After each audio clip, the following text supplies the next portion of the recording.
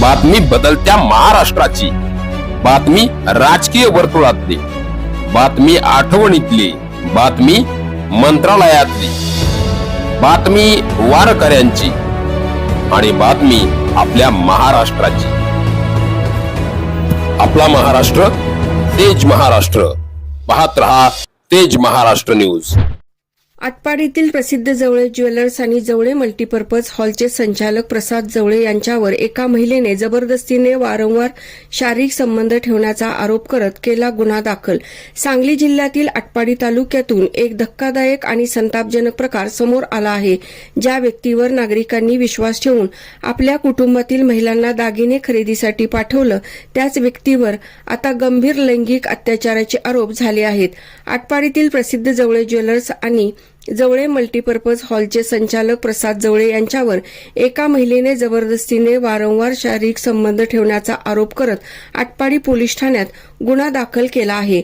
Atpadi police ठाण्यात गुन्हा क्रमांक 86/2026 दाखल करण्यात आला असून भारतीय न्याय संहिता कलम 64, 64(1), 64(2), 74, 351 तसेच IT ऍक्ट 67A अंतर्गत गंभीर गुन्हे नोंदवण्यात आले आहेत. फिर्यादी महिलेच्या तक्रारीनुसार आरोपी प्रसाद जवळे याने दागिने खरेदीसाठी दुकानात येणाऱ्या महिलेचा मोबाईल नंबर मिळवला आणि त्यानंतर वारंवार फोन, व्हॉट्सअप मेसेज आणि अश्लील फोटो पाठवण्यास सुरुवात केली.